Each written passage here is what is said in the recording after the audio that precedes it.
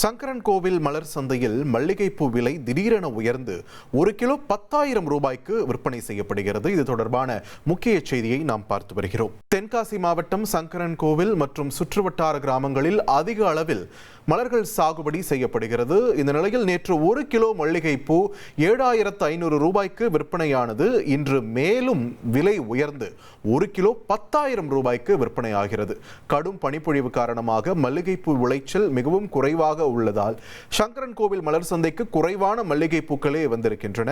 மேலும் கேரளாவில் இருந்து வரும் வியாபாரிகள் உள்ளூர் வியாபாரிகளோடு போட்டி போட்டு மல்லிகைப்பூ வாங்குவதால் விலை தற்பொழுது கிடுகிடுவென உயர்ந்துள்ளது.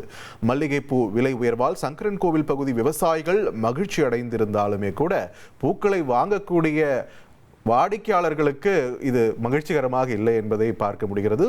1 கிலோ 10,000 ரூபாய் என்ற அளவிற்கு விலை எட்டியிருக்கிறது மல்லிகைப்பூ. இனி செல்லும் இடமெல்லாம் செய்தி. தந்தை டிவியின் வாட்ஸ்அப் சேனலை ஃபாலோ பண்ணினா செல்ல இருக்கும் இடமெல்லாம் செய்தி.